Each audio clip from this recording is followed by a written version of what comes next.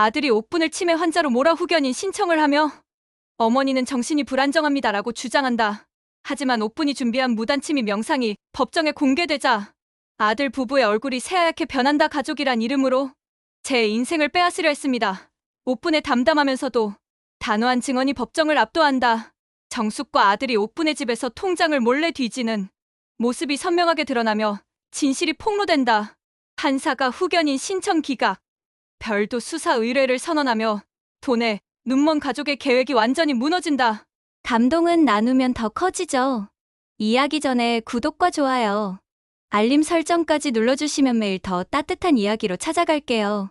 새벽 5시 알람 소리도 없이 눈을 뜨는 강옥분입니다. 71세의 나이에도 몸은 정확한 시계처럼 움직이죠. 서울 변두리 재개발 지연구역 그 좁은 원룸에서 홀로 지내온 지 벌써 3년이 넘었습니다. 찬 바닥에 발을 내려놓으며 옥분은 작은 한숨을 내쉽니다. 겨울바람이 문틈 사이로 스며들어 방 안 공기가 차갑기만 하죠. 전기장판 하나로는 이 추위를 막기엔 역부족입니다. 무릎을 감싸며 일어서는 옥분의 표정에는 깊은 피로가 묻어나네요. 벽에 걸린 거울을 보니 어느새 이렇게 늙었나 싶습니다. 주름살 가득한 얼굴, 허리가 굽어 더 작아 보이는 체구. 젊을 때는 분식집 주방에서 하루 종일 서서 일해도 끄떡없던 몸이었는데 말이죠. 그때는 손목도 멀쩡했고 무거운 국솥도 혼자서 들 수 있었습니다. 하지만 3년 전 그 사고 이후 모든 게 바뀌었죠. 기름기 있는 바닥에서 미끄러지며 손목을 다쳤을 때만 해도 금세 나을 줄 알았습니다. 그런데 나이가 들면 회복도 더디다더니 정말 그런가 봅니다. 손목에 힘이 들어가지 않아 무거운 것도 들 수 없고 오래 서 있기도 힘들어졌거든요. 사장님은 처음엔 기다려주겠다고 했지만 장사가 바쁜데 일손이 모자라니 어쩔 수 없다며 미안하다는 말만 반복했습니다. 그렇게 20년 넘게 다닌 일터를 떠나야 했죠. 퇴직금이라고 주신 얼마 안 되는 돈도 병원비와 생활비로 금세 바닥이 났습니다. 그 돈이 떨어진 날, 옥분은 처음으로 리어카를 끌고 거리로 나섰습니다. 이 나이에 이런 일을 해야 하나 처음엔 부끄러웠습니다. 동네 사람들 시선이 따가웠고 젊은 사람들이 지나갈 때면 고개를 숙이게 되었죠. 하지만 먹고 살려면 어쩔 수 없었습니다. 자존심으로는 배를 채울 수 없거든요. 지금은 매일 아침 리어카를 끌고 동네를 돌며 폐지를 줍습니다. 골판지, 신문지, 잡지, 종이 상자들을 주워 모아 고물상에 팔면 하루 10,000원에서 15,000원 정도는 벌 수 있죠. 날씨가 좋고 폐지가 많이 나오는 날이면 조금 더 벌기도 합니다. 그 돈으로 라면 몇 개와 김치, 계란 정도는 살 수 있으니 그나마 다행입니다. 옥분은 낡은 패딩 점퍼를 입으며 오늘도 어김없이 집을 나섭니다. 계단을 내려가는 발걸음이 조심스럽네요. 한번 넘어지면 큰일이거든요.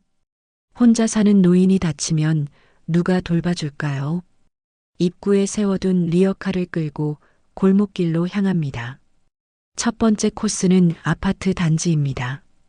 분리수거함 옆에는 늘 버려진 종이들이 있죠.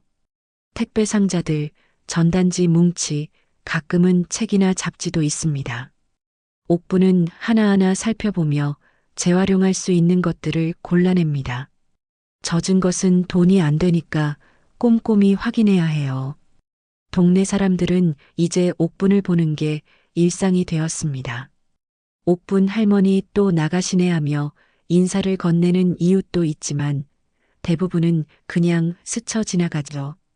어떤 이는 동정 어린 시선을 보내기도 하고 또 어떤 이는 귀찮다는 표정을 짓기도 합니다.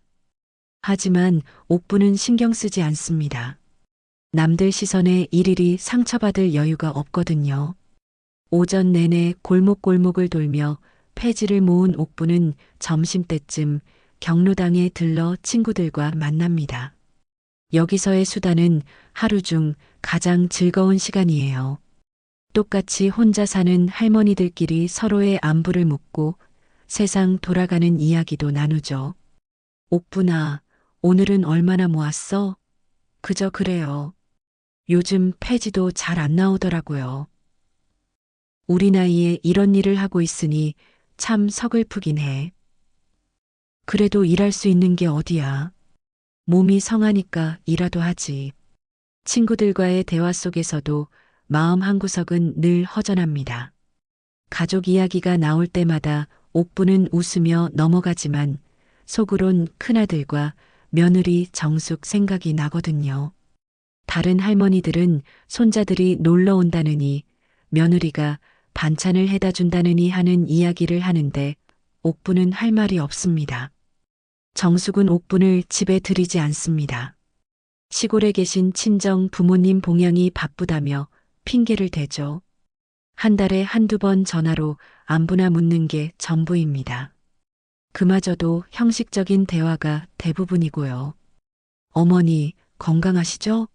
저희도 바빠서 자주 못 뵙네요. 응, 괜찮다. 너희들도 몸 조심해라.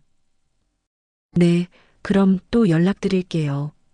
짧은 통화를 마치고 나면 옥분의 마음은 더욱 씁쓸해집니다.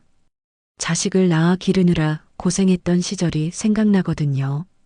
밤늦도록 일하며 아이들 학비를 벌던 때 아픈 걸 참으며 뒷바라지했던 기억들이 스쳐 지나갑니다. 그땐 언젠가 나이가 들면 자식들이 돌봐줄 거라 믿었는데 현실은 참 다르네요. 저녁 시간이 되면 옥부는 원룸으로 돌아와 간단한 저녁을 차립니다. 라면에 계란 하나 그리고 김치 몇 조각이 전부죠. 가끔 고물상에서 받은 돈이 조금 여유가 있을 때는 두부나 파 한 단 정도 사서 넣기도 합니다. 그럴 때면 마치 잔치라도 하는 것처럼 기분이 좋아져요. 혼자 먹는 저녁은 늘 조용합니다. 텔레비전 소리만이 정막을 채워주죠. 뉴스에서는 경기가 어렵다느니 물가가 올랐다느니 하는 이야기들만 나옵니다. 옥분 같은 사람들의 삶은 누가 관심을 가져줄까요? 가끔 노인 복지에 관한 뉴스가 나오면 귀가 번쩍 뜨이지만 대부분 현실과는 거리가 멀어 보입니다. 밤이 되면 전기장판을 켜고 이불 속에 들어가지만 잠이 쉽게 오지 않습니다. 무릎이 쑤시고 허리도 아픕니다. 하루 종일 걸어 다니며 무거운 폐지를 실어 나르다 보니 몸 곳곳이 성한 데가 없거든요. 파스를 붙이고 무릎에 찜질팩을 올려놔도 통증이 쉽게 가라앉지 않습니다. 천장을 바라보며 옥부는 생각합니다. 이런 날들이 언제까지 계속될까요? 나이는 점점 들어가는데 몸은 더 힘들어지고 벌 수 있는 돈은 점점 줄어들고 있습니다. 겨울이면 난방비 걱정, 여름이면 전기료 걱정이 앞서죠. 병원에 갈 돈도 약값도 부담스럽습니다. 그래도 옥부는 포기하지 않습니다. 살아야 하니까요. 누구도 도와주지 않는다면 스스로라도 버텨야죠. 내일도 어김없이 리어카를 끌고 거리로 나갈 것입니다. 골목의 그림자처럼 조용히 묵묵히 하루하루를 견뎌내며 살아가겠죠. 이틀 전부터 내린 비가 그치고 나니 거리엔 젖은 폐지들이 여기저기 흩어져 있습니다. 옥부는 평소보다 일찍 나서서 다른 폐지 줍는 분들보다 먼저 좋은 자리를 차지하려 합니다. 경쟁이 치열하거든요. 조금이라도 늦으면 괜찮은 폐지는 이미 다른 분들이 가져간 뒤죠. 오늘은 운이 좋았습니다. 아파트 단지 뒤편 쓰레기 집화장에 골판지 상자들이 산더미처럼 쌓여 있어요. 어젯밤 이사를 한 집이 있었나 봅니다. 포장재들이 깔끔하게 정리되어 있어서 젖지도 않았고요. 옥부는 기분 좋게 리어카에 상자들을 차곡차곡 실어 나릅니다. 한참 정리를 하던 중 찢어진 검은 봉투 하나가 눈에 들어왔습니다. 봉투 안에서 무언가 하얀 종이가 삐죽 나와 있었어요. 옥부는 별 생각 없이 그 종이를 뽑아보았습니다. 로또 용지였습니다. 반쯤 찢어져 있지만 숫자는 또렷하게 보이네요. 이런 걸 버리다니. 요즘 젊은 사람들은 참. 옥부는 혀를 끌끌 차며 그 복권을 주머니에 넣었습니다. 설마 당첨이 될 리야 없겠지만 그냥 버리기엔 아까웠거든요. 어릴 적부터 아까운 게 많은 성격이었어요. 오전 작업을 마치고 고물상에 폐지를 팔았습니다. 오늘은 상자가 많아서 평소보다 조금 더 받았어요. 15,000원이나 됩니다. 옥부는 속으로 기뻐하며 경로당으로 향했습니다. 친구들에게 오늘 있었던 일을 자랑하고 싶었거든요. 옥부나, 오늘 표정이 좋네. 응, 오늘 폐지를 많이 주어서 15,000원이나 받았어. 어머, 그럼 오늘은 라면에 계란 2개도 넣을 수 있겠네. 그러게. 가끔 이런 날이 있어야 살맛나지. 친구들과 웃으며 이야기를 나누던 옥부는 문득 주머니 속 복권이 생각났습니다. 꺼내서 친구들에게 보여주니 모두들 신기해합니다. 이거 확인해 봤어? 설마 이런 걸로 당첨이 되겠어. 그냥 주었는데 뭐. 그래도 한번 확인해 보지 그래. 모르는 일이잖아. 하지만 옥부는 별로 관심이 없었습니다. 복권 따위로 인생이 바뀐다면 세상에 가난한 사람이 어디 있겠어요. 그냥 친구들과의 재밌는 화깃거리 정도로 생각했죠. 점심을 먹고 집으로 돌아가는 길, 옥부는 큰아들 집 앞을 지나게 되었습니다. 가끔 이렇게 지나가며 창문에 불이 켜져 있나 확인하곤 해요. 오늘은 용기를 내어 문을 두드려 보기로 했습니다. 오랜만에 손자 얼굴도 보고 싶고 며느리 정숙에게 인사라도 하고 싶었거든요. 어머니, 갑자기 왜 오셨어요? 문을 연 정숙의 표정은 그리 반갑지 않았습니다. 오히려 당황스러워 보였어요. 옥부는 미안한 마음이 들었지만 이미 온 이상 그냥 돌아갈 수도 없었습니다. 잠깐만 들어가도 될까? 손자 얼굴 좀 보고 싶어서. 아, 네. 들어오세요. 거실에 앉은 옥분을 보며 정숙은 어색해했습니다. 차 한 잔 내오는 것도 마지못해 하는 것 같았어요. 손자는 방에서 게임을 하고 있다며 나오지도 않았고요.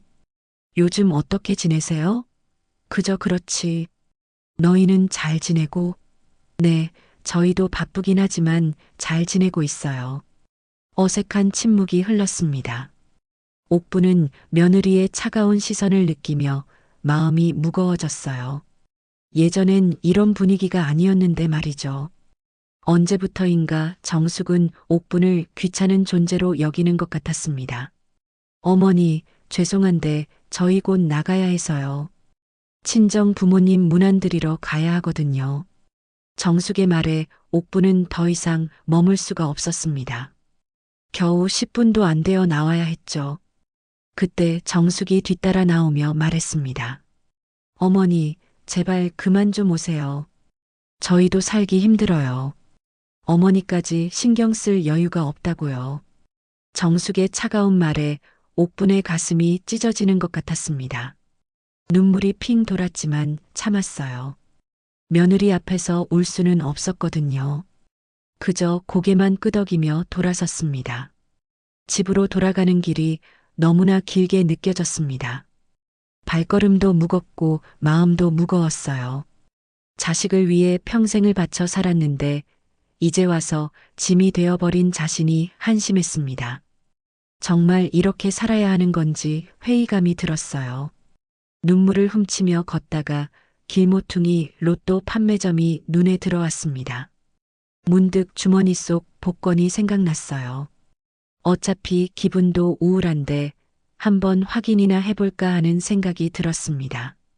별것 아닐 테지만 말이죠. 판매점 문을 열고 들어가니 사장님이 반갑게 인사해 주십니다. 동네에서 폐지를 줍는 옥분을 모르는 사람이 없거든요. 할머니, 무슨 일로 오셨어요? 이거 좀 확인해 주실 수 있을까요? 옥분은 찢어진 복권을 내밀었습니다.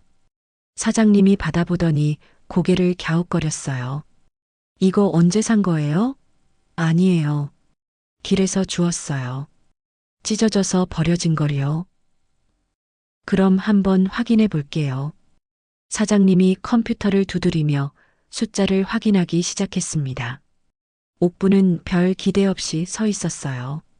그런데 갑자기 사장님의 표정이 굳어지더니 다시 한번 확인하기 시작했습니다.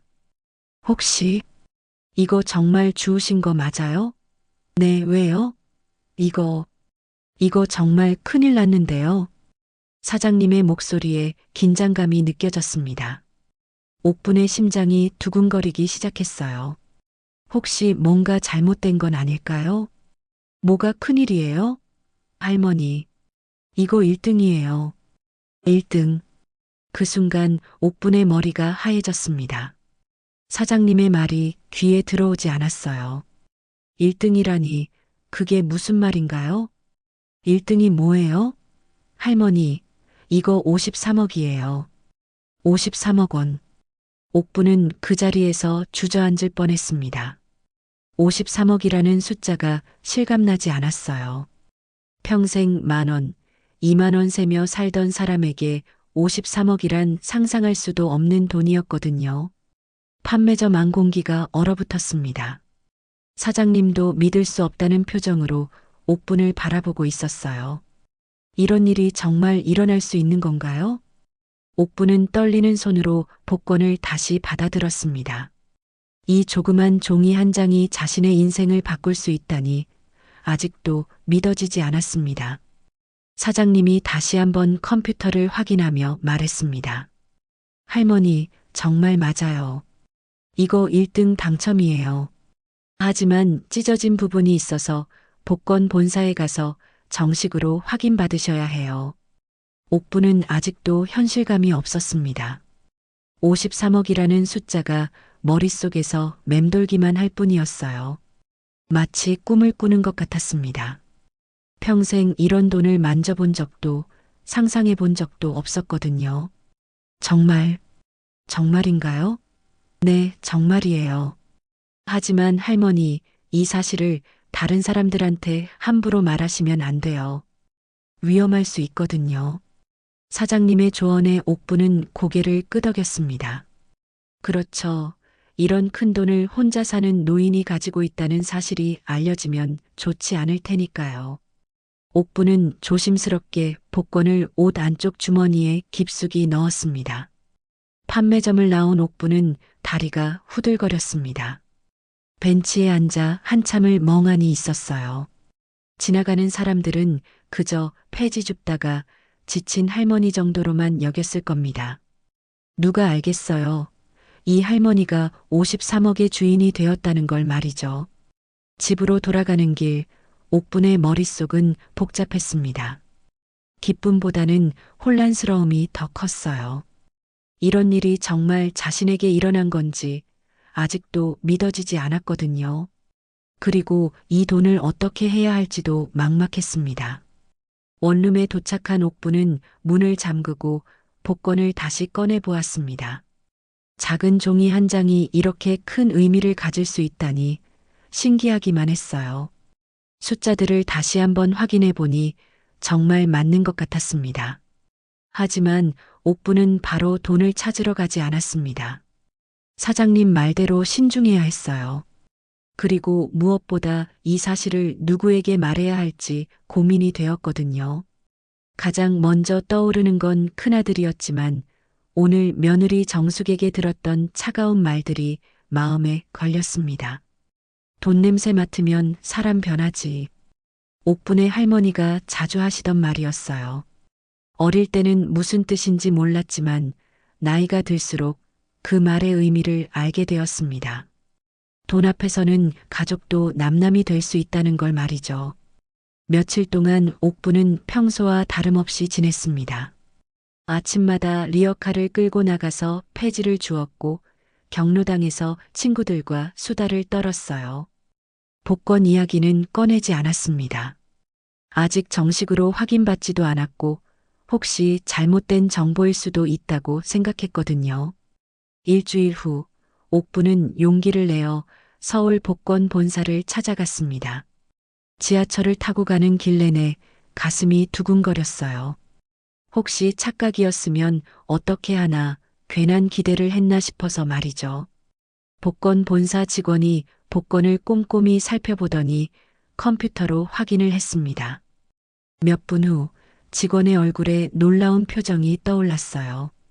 할머님, 축하드립니다. 정말 1등 당첨이 맞습니다. 그 순간 옥분의 눈에서 눈물이 흘러내렸습니다. 기쁨의 눈물이었을까요? 아니면 복잡한 마음 때문이었을까요? 아마 둘 다였을 겁니다. 세금을 제외하고 실제로 받으실 수 있는 금액은 38억 정도 됩니다. 직원의 설명을 들으며 옥부는 고개를 끄덕였습니다. 38억이라도 상상할 수 없는 큰 돈이었어요. 평생 벌어도 벌 수 없는 돈이었죠. 며칠 후 은행에서 모든 절차를 마치고 통장을 받았습니다. 통장에 찍힌 숫자를 보며 옥부는 또 한 번 놀랐어요. 정말 자신의 돈이 맞나 싶어서 여러 번 확인했습니다. 하지만 옥부는 그 사실을 바로 드러내지 않기로 했습니다. 할머니의 말씀이 계속 머릿속을 맴돌았거든요. 돈 냄새를 맡으면 사람이 변한다는 그 말이요. 특히 오늘 며느리에게 들었던 차가운 말들을 생각하면 더욱 조심스러웠습니다. 옥부는 평소와 똑같이 생활했습니다. 아침마다 리어카를 끌고 나가서 폐지를 주었어요. 다만 이제는 마음의 여유가 생겼습니다. 돈 걱정을 하지 않아도 되니까요. 하지만 겉으로는 전혀 티를 내지 않았습니다. 경로당에서도 마찬가지였어요. 친구들이 옥부나 요즘 표정이 좋아 보인다고 하면 날씨가 좋아서 그런가 바라며 웃어넘겼습니다. 복권 당첨 이야기는 입 밖에 내지 않았어요. 하지만 작은 변화들이 있었습니다. 이제 라면에 계란도 2개씩 넣고 가끔은 고기도 사서 먹었어요. 그래도 너무 티가 나지 않을 정도로만 했습니다. 동네 사람들이 의심하지 않을 정도로 말이죠. 어느 날 경로당에서 한 친구가 말했습니다. 옥부나, 너 요즘 살이 좀 올랐네? 그래, 잘 먹어서 그런가. 폐지 주어서 잘 먹기가 쉽나? 무슨 복이라도 들어왔나? 옥부는 웃으며 대답했어요. 복이라니. 그냥 건강해서 다행이지.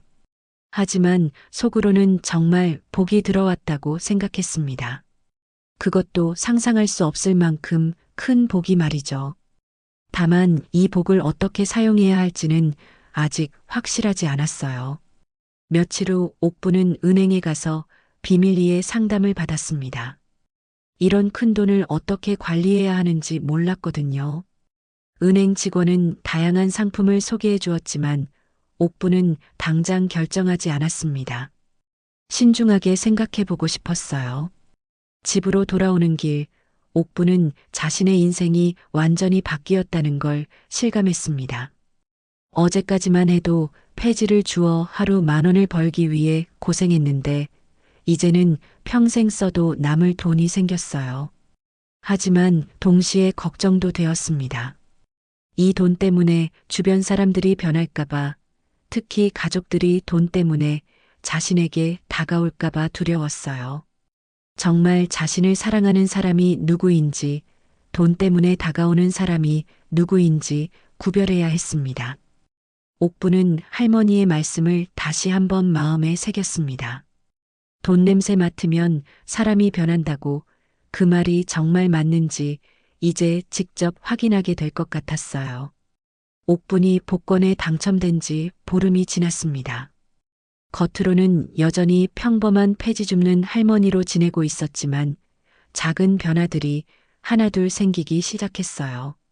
아무리 조심해도 완전히 숨길 수는 없었던 거죠. 가장 먼저 눈치챈 건 며느리 정숙이었습니다. 어느 날 우연히 시장에서 옥분을 봤는데 평소와 다른 점이 있었거든요. 옥분이 정육점에서 고기를 사고 있었던 겁니다. 그것도 제법 좋은 부위의 고기를 말이죠. 어머니가 고기를? 정숙은 의아했습니다.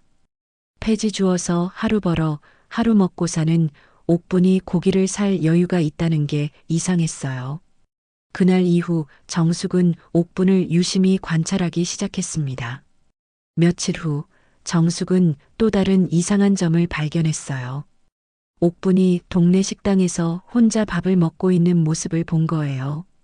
그것도 비싸기로 소문난 한정식 집에서 말이죠. 평소 라면으로 끼니를 때우던 옥분이 10,000원이 넘는 식사를 하고 있다니 정숙은 더욱 의심스러워졌습니다. 여보, 어머니가 좀 이상해. 그날 저녁 정숙은 남편에게 자신이 본 것들을 이야기했습니다. 뭐가 이상한데? 어머니가 요즘 돈을 쓰는 게 평소와 달라. 고기도 사고 외식도 하고. 폐지 주어서 어떻게 그런 생활을 해? 글쎄, 혹시 어디서 도움을 받는 게 있나? 남편도 고개를 갸웃거렸습니다. 정숙의 말이 맞다면 뭔가 이상한 구석이 있었어요. 다음 날 정숙은 옥분에게 전화를 걸었습니다. 어머니, 안녕하세요. 요즘 어떻게 지내세요? 응, 잘 지내고 있다.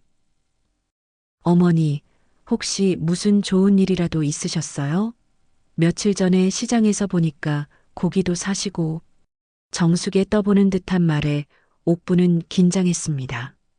벌써 눈치를 챈 걸까요? 하지만 옥분은 침착하게 대답했어요.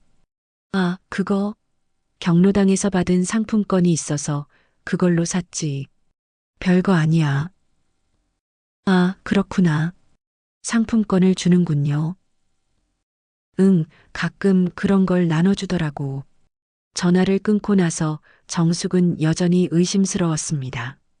상품권으로 설명하기엔 옥분의 변화가 너무 컸거든요.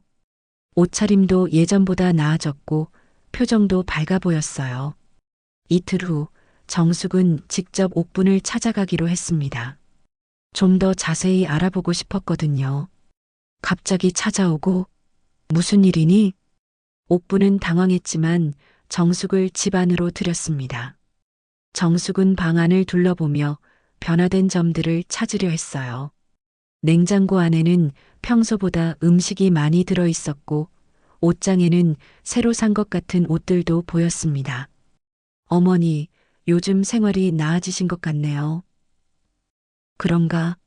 별로 달라진 건 없는데. 아니에요. 확실히 예전보다 여유 있어 보이세요. 정숙이 계속 떠보자 옥분은 불편해했습니다. 하지만 정숙은 포기하지 않았어요. 어머니, 혹시 복권이라도 되신 건 아니에요? 하. 정숙이 농담처럼 던진 말에 옥분은 순간 얼굴이 굳었습니다. 그 표정을 놓치지 않은 정숙은 더욱 의심을 굳혔어요. 농담이에요, 어머니. 설마 그런 일이 있겠어요. 하지만 정숙의 마음속에는 확신이 생기고 있었습니다. 분명 옥분에게 무슨 일이 있었다는 걸 말이죠. 옥분이 화장실에 간 사이 정숙은 재빨리 방 안을 둘러봤습니다. 서랍을 열어보니 평소보다 현금이 많이 들어 있었어요. 지갑 속에도 10만 원짜리 몇 장이 있었고요. 폐지 주어서 이런 돈을 가질 수 있을까요? 뭘 하고 있어? 화장실에서 나온 옥분이 정숙을 보며 물었습니다. 정숙은 당황하며 얼버무렸어요. 아, 물티슈 좀 찾고 있었어요. 거기에 물티슈가 왜 있겠어? 여기 있잖아. 옥분은 정숙의 행동이 수상했지만 일단 넘어갔습니다. 하지만 마음속으로는 경계심이 생겼어요. 정숙이 자신을 의심하고 있다는 걸 느꼈거든요. 정숙이 돌아간 후 옥분은 한숨을 쉬었습니다. 아무리 조심해도 가족의 눈은 속일 수 없나 봅니다. 특히 돈에 예민한 정숙의 눈은 더더욱 말이죠. 그날 밤 정숙은 남편에게 오늘 있었던 일을 모두 이야기했습니다. 여보, 어머니한테 분명 뭔가 있어. 현금도 평소보다 많이 가지고 있었고 복권 이야기했을 때 표정이 완전히 변했다고. 설마 정말 복권에 당첨됐을까? 가능성이 있어. 아니면 어떻게 설명해? 부부는 밤늦도록 이 문제에 대해 이야기했습니다. 만약 정말 옥분이 큰 돈을 가지고 있다면 어떻게 해야 할까요? 그냥 두고 볼 수는 없었어요. 며칠 후 큰아들이 옥분에게 전화를 걸었습니다. 엄마, 요즘 어떻게 지내세요? 잘 지내고 있다. 엄마, 무슨 좋은 일 있어요? 집사람이 그러는데 요즘 엄마가 예전과 좀 다르다고 하더라고요. 아들의 말에 옥부는 마음이 무거워졌습니다. 정숙이 남편에게까지 이야기한 거였어요. 별거 아니야. 경로당에서 가끔 도움을 주니까 그런 것 같다. 그래도 엄마, 혹시 어려운 일 있으면 말씀하세요. 저희가 도와드릴게요. 평소 같으면 기뻤을 아들의 말이었지만 지금은 달랐습니다.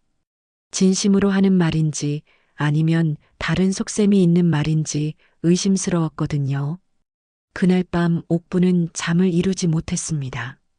할머니의 말씀이 현실이 되고 있는 것 같았어요.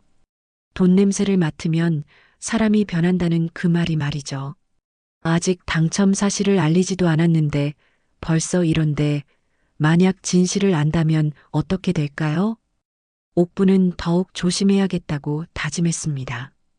가족들의 진짜 마음을 확인할 때까지는 절대 비밀을 지켜야 했어요. 과연 이들이 돈 때문에 다가오는 건지 아니면 정말 자신을 걱정해서 그러는 건지 알아봐야 했거든요. 하지만 옥분의 걱정과 달리 정숙의 의심은 점점 확신으로 바뀌고 있었습니다. 그리고 그 확신은 곧 더 큰 문제를 불러올 예정이었어요. 정숙의 의심은 날이 갈수록 커져만 갔습니다. 옥분을 몰래 지켜본 지 일주일, 이상한 점들이 계속 발견되었거든요. 평소 같으면 겨울 전기료 때문에 전기장판도 아껴 쓰던 옥분이 이제는 방을 따뜻하게 데우고 지내고 있었어요. 그리고 며칠 전엔 새 겨울옷까지 입고 나오는 모습을 봤습니다. 분명히 뭔가 숨기고 있어. 정숙은 확신했습니다. 더 이상 추측만 할 수는 없었어요. 직접 확인해 봐야 했습니다. 어느 목요일 저녁 정숙은 남편과 함께 계획을 세웠습니다. 옥분이 경로당에 간 사이에 원룸에 들어가서 직접 확인해 보기로 한 거예요. 물론 불법이라는 걸 알고 있었지만 가족 간의 일이니까 괜찮다고 스스로를 합리화했습니다. 여보, 정말 이래도 되는 거야? 어머니가 뭔가 숨기고 계시잖아. 우리가 확인해 봐야지. 혹시 사기라도 당하신 거면 어떡해? 정숙은 그럴듯한 핑계를 댔지만 사실은 옥분이 돈을 숨기고 있다는 확신 때문이었어요. 목요일 오후 2시 옥분이 경로당으로 나간 걸 확인한 정숙 부부는 원룸으로 향했습니다. 다행히 옥분은 문을 잠그지 않고 나갔어요. 시골에서 오래 살아서 그런 습관이 남아 있었거든요. 빨리 하자. 어머니가 언제 돌아올지 몰라. 정숙은 남편에게 속삭이며 방 안으로 들어갔습니다. 먼저 옷장을 뒤져봤어요. 옷들 사이사이를 확인하고 서랍도 열어봤습니다. 처음엔 별다른 게 없어 보였어요. 하지만 화장대 서랍을 열어보니 평소보다 많은 현금이 들어 있었습니다. 10만 원짜리 지폐가 여러 장 있었어요. 그리고 그 밑에는 은행 통장도 있었습니다. 여보, 이거 봐. 정숙이 통장을 꺼내 펼쳐보는 순간 두 사람 모두 입을 다물지 못했습니다. 통장 첫 페이지에는 상상할 수 없는 숫자가 적혀 있었거든요. 이게 뭐야? 잔액란에 적힌 숫자는 38억이었습니다. 정숙의 손이 떨렸어요. 설마 했던 일이 정말 현실이 된 거였습니다. 복권이 정말 당첨된 거야? 그런 것 같은데. 어떻게 이런 일이. 정숙은 재빨리 통장을 휴대폰으로 사진을 찍었습니다. 증거를 남겨둬야 했거든요. 그리고 다른 서랍들도 더 뒤져봤어요. 혹시 다른 통장이나 중요한 서류가 더 있을지 모르니까요. 옷장 깊숙한 곳에서 복권 관련 서류들을 발견했습니다. 당첨 확인서, 세금 관련 서류들이 깔끔하게 정리되어 있었어요. 정숙은 이것들도 모두 사진으로 찍었습니다. 빨리 원래대로 해도 어머니가 눈치채면 안 돼. 남편의 재촉에 정숙은 서둘러 모든 걸 원래 자리에 놓았습니다. 하지만 마음은 이미 들떠 있었어요. 38억이라니 상상도 못했던 큰 돈이었거든요. 집으로 돌아온 정숙 부부는 흥분을 감추지 못했습니다. 여보, 정말 38억이야. 38억? 믿어지지 않는다. 어머니가 그런 큰 돈을. 그런데 왜 우리한테 말씀 안 하시는 거지? 정숙의 질문에 남편도 고개를 갸웃거렸습니다. 보통 이런 일이 있으면 가족들과 함께 기뻐할 텐데 왜 혼자만 알고 있는 걸까요? 혹시 우리를 믿지 못하시는 건 아닐까? 그럴 리가. 우리가 얼마나 어머니를 잘해드렸는데. 하지만 속으론 둘 다 알고 있었어요. 그동안 옥분을 얼마나 소홀히 대했는지를 말이죠. 특히 정숙은 며칠 전에 옥분에게 했던 차가운 말들이 생각났습니다. 다음 날 아침 정숙은 남편에게 말했습니다. 여보, 어머니한테 잘해드려야겠어. 이제부터라도. 그래야지. 어머니 혼자 계시는데 우리가 모셔야지. 갑작스러운 태도 변화였지만 둘 다 그게 당연하다고 생각했어요. 38억이라는 돈 앞에서는 모든 게 달라 보였거든요. 그날 오후 아들이 옥분에게 전화를 걸었습니다. 엄마, 안녕하세요. 오늘 저녁에 집에 와서 같이 식사하지 않으실래요? 갑자기 왜? 무슨 일 있어? 아니에요. 그냥 오랜만에 가족끼리 모여서 밥 먹고 싶어서요. 옥분은 의아했습니다. 평소 같으면 절대 이런 제안을 하지 않았을 텐데요. 하지만 자식이 부르는데 거절할 수도 없었어요. 저녁 시간 옥분이 아들 집에 도착했을 때 정숙의 태도는 완전히 달라져 있었습니다. 어머니, 어서 오세요. 오늘 어머니 좋아하시는 갈비찜 해놨어요. 갈비찜을? 무슨 날이라고? 특별한 날이에요. 어머니가 오시는 날이니까요. 정숙의 갑작스러운 친근함에 옥분은 당황했습니다. 며칠 전까지만 해도 차갑게 대하던 사람이 이렇게 변할 수 있나요? 식사 중에 아들이 말했습니다. 엄마, 이제 혼자 사시지 마시고 우리랑 같이 살아요. 갑자기 무슨 소리야? 혼자 계시면 위험하잖아요. 나이도 드셨는데 가족들이 돌봐드려야죠. 옥분은 이상했습니다. 분명 며칠 전까지만 해도 정숙은 자신을 집에 들이기 싫어했는데 갑자기 왜 이런 말을 하는 걸까요? 아니다. 나는 혼자 사는 게 편해. 어머니, 그러지 마시고 우리 걱정도 좀 해주세요. 혼자 계시면 저희가 얼마나 걱정되는데요. 정숙의 말에 옥분은 더욱 의심스러워졌습니다. 이 사람이 정말 자신을 걱정해서 하는 말일까요? 아니면 다른 목적이 있는 걸까요? 나는 괜찮다. 지금처럼 사는 게 좋아. 옥분이 단호하게 거절하자 정숙의 표정이 살짝 굳어졌습니다. 하지만 금세 웃음을 지으며 말했어요. 그럼 자주 놀러 오세요. 맛있는 거 해드릴게요. 집으로 돌아가는 길, 옥분은 계속 생각했습니다. 분명 뭔가 변한 게 있었어요. 가족들의 태도가 갑자기 달라진 이유가 뭘까요? 혹시 자신의 비밀을 알아챈 건 아닐까요? 그날 밤 정숙은 동네 사람들에게 전화를 걸기 시작했습니다. 옥분 할머니 아세요? 요즘 좀 이상하세요. 뭐가 이상한데요? 치매기가 있는 것 같아요. 자꾸 이상한 행동을 하시고 말도 앞뒤가 안 맞고. 정숙은 거짓말을 퍼뜨리기 시작했습니다. 옥분이 정신적으로 문제가 있다는 소문을 만들어낸 거예요. 나중에 옥분의 재산을 관리해야 한다는 명분을 만들기 위해서였습니다. 며칠 후 옥부는 경로당에서 친구들의 시선이 달라진 걸 느꼈습니다. 옥부나, 요즘 몸은 어때? 괜찮은데 왜? 아니야, 그냥. 나이가 들면 건강관리 잘해야지. 친구들의 말투가 어딘지 어색했어요. 마치 자신을 걱정스럽게 바라보는 것 같았습니다. 옥부는 불안해졌어요. 혹시 무슨 소문이 돌고 있는 건 아닐까요? 그날 오후 경로당 관리소장이 옥분을 찾았습니다. 할머니, 잠깐 얘기 좀 할까요? 무슨 일인가요? 혹시 요즘 몸이 좀 안 좋으신가요? 며느리분이 걱정하시던데. 그 순간 옥분은 알았습니다. 정숙이 무슨 짓을 했는지를 말이죠. 경로당 관리소장의 말을 들은 옥분은 가슴이 철렁했습니다. 정숙이 자신에 대한 나쁜 소문을 퍼뜨리고 있다는 걸 직감했거든요. 하지만 겉으로는 태연한 척했어요. 아니에요. 저는 멀쩡해요. 며느리가 왜 그런 말을 했는지 모르겠네요. 그래도 나이가 있으시니까 건강관리 잘하세요. 혹시 이상한 일 있으면 언제든 말씀하고요. 관리소장이 돌아간 후 옥부는 한동안 멍하니 앉아 있었습니다.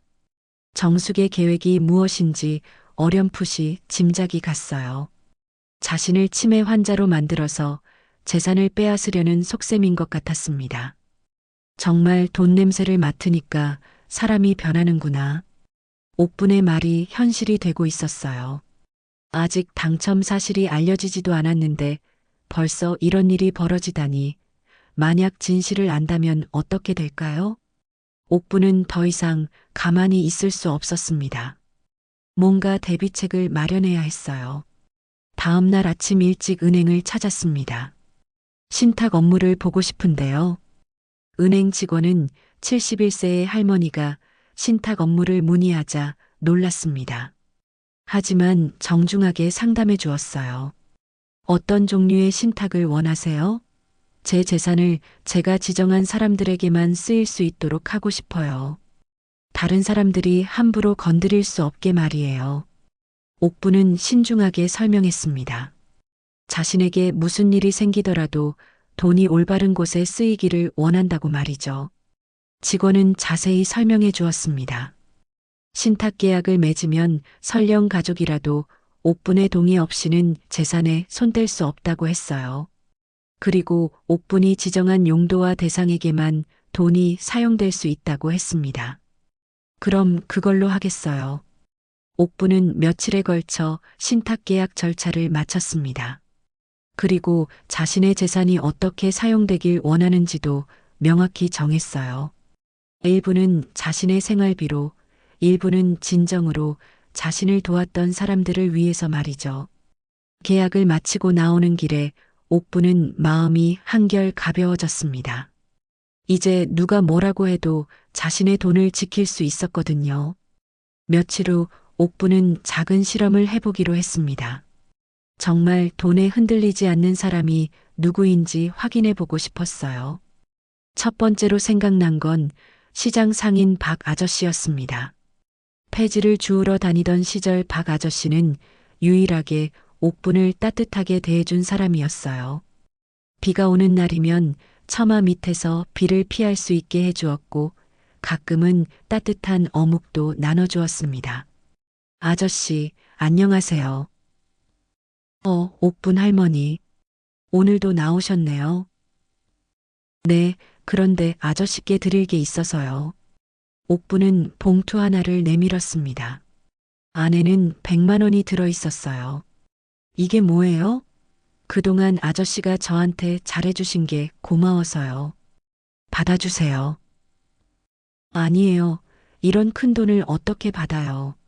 할머니가 어디서 이런 돈을. 박 아저씨는 진심으로 당황했습니다. 옥분의 사정을 아는 그로서는 이해할 수 없는 일이었거든요. 그냥 작은 마음이에요. 꼭 받아주세요. 정말 안 됩니다. 할머니가 이런 돈 쓰시면 안 돼요. 박 아저씨는 끝까지 받지 않았습니다. 오히려 옥분을 걱정해 주었어요. 혹시 어디서 빌린 돈이 아닌지 사기를 당한 건 아닌지 걱정했습니다. 옥부는 감동했습니다. 정말 돈에 흔들리지 않는 사람이 있다는 걸 확인했거든요. 두 번째는 경로당 친구 김할머니였습니다. 그동안 함께 수다를 떨며 서로 위로해준 사이였어요. 옥부는 김할머니에게도 비슷한 제안을 해봤습니다. 옥부나, 이 돈 어디서 났어? 그냥 생겼어. 받아줘. 안 돼. 너도 어려운 사람인데 이런 돈을 어떻게 줘? 당장 다시 가져가. 김할머니도 마찬가지였습니다. 돈보다는 옥분을 걱정해 주었어요. 혹시 무슨 잘못된 일에 휘말린 건 아닌지 걱정했습니다. 반면 정숙과 아들의 태도는 달랐어요. 며칠 후 또 전화가 왔습니다. 엄마, 요즘 어떻게 지내세요? 잘 지내고 있다. 엄마, 진짜로 같이 살아요. 혼자 계시면 위험해요. 아니라니까. 나는 혼자가 편하다고. 옥분이 계속 거절하자 아들의 목소리가 조금씩 달라졌습니다. 엄마, 나이도 드셨는데 정신이 좀 흐려지시는 거 아니에요? 무슨 소리야? 요즘 이상한 행동을 많이 하신다고 하던데요. 동네 사람들이 걱정하고 있어요. 아들까지 정숙의 거짓말에 동조하고 있었습니다. 옥부는 마음이 아팠어요. 자신이 낳아 기른 아들이 이럴 줄은 몰랐거든요. 나는 멀쩡하다. 그런 소리 하지 마라. 엄마, 병원에서 검사라도 받아보세요. 저희가 걱정돼서 그래요. 전화를 끊고 나서 옥부는 한참을 울었습니다. 가족이란 게 이런 건가요? 돈 때문에 이렇게 변할 수 있는 건가요? 며칠 후 더 충격적인 일이 벌어졌습니다. 경로당에서 친구들이 옥분을 피하기 시작한 거예요. 정숙의 소문이 퍼진 탓이었습니다. 옥분 할머니 치매 왔다던데? 그래. 그럼 조심해야겠네. 치매 환자는 뭘 할지 모르잖아. 맞아. 가까이 하지 말자. 옥부는 경로당에서도 소외되기 시작했습니다. 유일한 위안이었던 친구들과의 시간도 빼앗긴 거예요. 어느 날 경로당에 갔을 때 관리소장이 다시 찾아왔습니다. 할머니, 며느리분이 또 연락을 주셨는데요. 할머니가 요즘 많이 이상하다고 하시네요. 저는 아무 이상 없어요. 그래도 한번 병원에서 검사받아 보시는 게 어떨까요? 가족분들이 너무 걱정하시는 것 같아서요. 옥부는 더 이상 참을 수 없었습니다. 정숙의 계략이 점점 현실이 되어가고 있었어요. 이대로 두면 정말로 치매 환자 취급을 받게 될 것 같았습니다. 그날 밤 옥부는 결심했습니다. 더 이상 당하고만 있을 수는 없었어요. 이제는 반격할 때였습니다. 자신도 만만한 사람이 아니라는 걸 보여줄 때가 온 거죠. 옥부는 휴대폰을 꺼내 녹음 기능을 켰습니다. 앞으로 가족들과의 모든 대화를 녹음하기로 한 거예요. 그리고 정숙이 퍼뜨린 거짓말들도 모두 정리해뒀습니다. 이제 누가 진짜 문제인지 보여주마. 옥분의 눈에는 결의가 가득했습니다. 착하기만 했던 할머니가 아니었어요. 필요하면 강하게 맞설 수 있는 사람이었습니다. 옥분이 증거를 모으기 시작한 지 일주일이 지났습니다. 휴대폰 녹음 기능으로 가족들과의 대화를 모두 기록했고 정숙이 동네에 퍼뜨린 거짓말들도 하나하나 정리해뒀어요. 그리고 무엇보다 중요한 건 정숙이 자신의 집에 무단 침입해서 통장을 몰래 확인한 날짜와 시간까지 파악했다는 거였습니다. 그런데 예상보다 빨리 큰 일이 터졌어요. 어느 월요일 아침 옥분에게 법원에서 공문이 날아온 거였습니다. 큰아들이 옥분을 치매 환자로 진단받게 해서 자신이 후견인이 되겠다는 신청을 한 거였어요. 어머니의 정신 상태가 불안정하여 일상생활과 재산 관리에 어려움이 있으므로 아들인 저희가 후견인이 되어 돌보겠습니다. 신청서를 읽어보니 옥부는 화가 치밀었습니다. 자신을 정신병자 취급하면서 재산까지 빼앗으려 한다니요. 정숙의 계획이 이런 거였구나 싶었어요. 하지만 옥부는 당황하지 않았습니다. 이미 준비가 되어 있었거든요. 바로 변호사 사무소를 찾아갔어요. 변호사님, 도움이 필요합니다. 변호사는 처음에 의아했습니다. 71세의 할머니가 혼자 찾아와서 법정 대리를 부탁한다니 흔한 일이 아니었거든요. 하지만 옥분의 이야기를 들어보니 상황이 심각했어요. 가족들이 거짓으로 치매 진단을 받게 하려고 하신다고요? 네, 그래서 제 재산을 가져가려는 것 같습니다. 혹시 증거가 있으세요? 옥부는 준비해둔 자료들을 모두 꺼냈습니다. 녹음 파일들, 정숙이 퍼뜨린 거짓 소문들의 기록, 그리고 무엇보다 결정적인 증거가 있었어요. 이게 뭔가요? 며느리가 제 집에 무단 침입해서 통장을 훔쳐본 날의 기록입니다. 그날 제가 일부러 집에 소형 카메라를 설치해뒀거든요. 변호사는 놀랐습니다. 옥분이 생각보다 치밀하게 준비해왔다는 걸 알았거든요. 할머님이 직접 카메라를 설치하셨다고요? 요즘은 인터넷으로 쉽게 살 수 있더라고요. 동네 젊은 분이 도와주셨어요. 영상을 확인해 보니 정말 충격적이었습니다. 정숙과 아들이 옥분 몰래 집에 들어와서 옷장과 서랍을 뒤지는 모습이 선명하게 찍혀 있었거든요. 특히 정숙이 통장을 꺼내서 휴대폰으로 사진을 찍는 장면까지 있었어요. 이건 명백한 주거침입죄입니다. 그리고 사생활 침해죄도 되고요. 제가 이길 수 있을까요? 충분합니다. 오히려 상대방이 큰 곤란에 빠질 것 같은데요. 변호사는 옥분의 사건을 맡기로 했습니다. 이런 뻔뻔한 일을 당하고도 침묵할 순 없었거든요. 재판 당일 법정에는 옥분과 변호사, 그리고 큰아들 부부가 나왔습니다. 아들 부부는 옥분이 변호사를 대동한 걸 보고 당황했어요. 어머니, 왜 변호사까지? 조용히 해. 이제 법정에서 이야기하자. 판사가 입장하고 재판이 시작되었습니다. 먼저 아들 측 변호사가 발언했어요. 피신청인인 강옥분 씨는 최근 들어 이상 행동을 보이고 있으며 치매 증상이 의심됩니다. 동네 사람들의 증언도 있고 혼자 생활하기 어려운 상태입니다. 하지만 옥분의 변호사가 반박했습니다. 재판장님, 신청인들의 주장은 모두 거짓입니다. 오히려 신청인들이 피신청인의 재산을 노리고 거짓 소문을 퍼뜨린 증거가 있습니다. 변호사는 차례대로 증거들을 제시했습니다. 먼저 정숙이 동네에 거짓 소문을 퍼뜨렸다는 증언들을 내놨어요. 그리고 가장 결정적인 증거인 무단 침입 영상을 공개했습니다. 법정에 영상이 나오자 아들 부부의 얼굴이 새하얘졌어요. 자신들이 옥분의 집에 몰래 들어가서 통장을 뒤지는 모습이 선명하게 보였거든요. 이 영상을 보시면 알 수 있듯이 신청인들은 피신청인 몰래 집에 침입하여 개인 정보를 훔쳐봤습니다.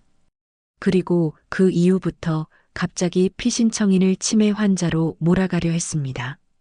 판사도 놀란 표정이었어요. 이런 뻔뻔한 사건은 흔하지 않았거든요. 신청인 측에서 이에 대해 해명해 주시기 바랍니다. 아들의 변호사는 당황하며 변명했습니다. 어머니를 걱정해서 한 일입니다. 혹시 사기를 당하신 건 아닌지 확인하려고. 그럼 왜 어머니께 직접 물어보지 않았나요? 몰래 침입할 이유가 뭐죠? 변호사의 추궁에 답변하지 못했어요. 이어서 옥분이 직접 증언대에 섰습니다. 재판장님, 저는 정신이 멀쩡합니다. 복권에 당첨되어 큰 돈이 생겼다는 걸 가족들이 알고 나서부터 이런 일이 시작되었습니다. 옥부는 차근차근 설명했어요. 복권 당첨 이후 가족들의 태도, 변화, 정숙의 거짓 소문 유포, 그리고 무단 침입까지 모든 경과를 자세히 말했습니다. 저는 가족이란 이름으로 제 인생을 빼앗으려 했습니다. 돈 때문에 저를 정신병자로 만들려 했어요. 옥분의 증언을 들은 판사는 심각한 표정이었습니다. 그리고 녹음 파일들까지 들어보니 상황이 더욱 명확해졌어요. 녹음 파일에는 정숙이 동네 사람들에게 옥분의 침해설을 퍼뜨리는 내용이 선명하게 들어 있었습니다. 그리고 아들이 옥분을 정신병원에 보내려 한다는 대화도 있었어요. 신청인들의 행위는 명백한 주거침입죄이며 피신청인에 대한 명예훼손죄에도 해당합니다. 판사의 판결이 내려졌습니다. 후견인 신청을 기각하며 신청인들의 행위에 대해서는 별도 수사를 의뢰하겠습니다. 아들 부부는 얼굴이 새하얘져서는 법정을 나갔어요. 자신들의 계획이 완전히 무너진 거였습니다. 법정을 나오는 옥분의 얼굴에는 미소가 번졌습니다. 드디어 진실을 밝혔다는 안도감이 들었어요. 할머님, 정말 대단하세요. 이렇게 철저하게 준비하실 줄 몰랐어요. 나이가 들었다고 만만하게 보면 안 되죠. 변호사와 인사를 나누고 집으로 돌아가는 길, 옥부는 홀가분했습니다. 이제 더 이상 숨어 살 필요가 없었어요. 당당하게 자신의 인생을 살 수 있게 되었거든요. 그날 저녁 옥부는 박 아저씨와 김할머니에게 전화를 걸었습니다. 제가 실은 복권에 당첨됐었어요. 그래서 그동안 이상했던 거예요. 정말요? 그럼 왜 진작 말씀 안 하셨어요? 누가 진짜 저를 위해주는 사람인지 알고 싶었거든요. 이제 알겠어요. 진짜 자신을 아껴주는 사람들이 누구인지 확실해졌습니다. 돈 때문이 아니라 진심으로 자신을 걱정해주는 사람들을 찾은 거였어요. 재판이 끝난 지 2달이 지났습니다. 옥분의 삶은 완전히 달라져 있었어요. 더 이상 폐지를 주울 필요도 없고 추운 원룸에서 움츠러들며 살 필요도 없었습니다. 하지만 옥부는 그 돈으로 화려한 생활을 하지 않았어요. 대신 더 의미 있는 일을 하기로 했습니다. 재개발이 시작된 동네 한복판에 작은 가게 하나가 문을 열었습니다. 간판에는 봉투라고 쓰여 있었어요.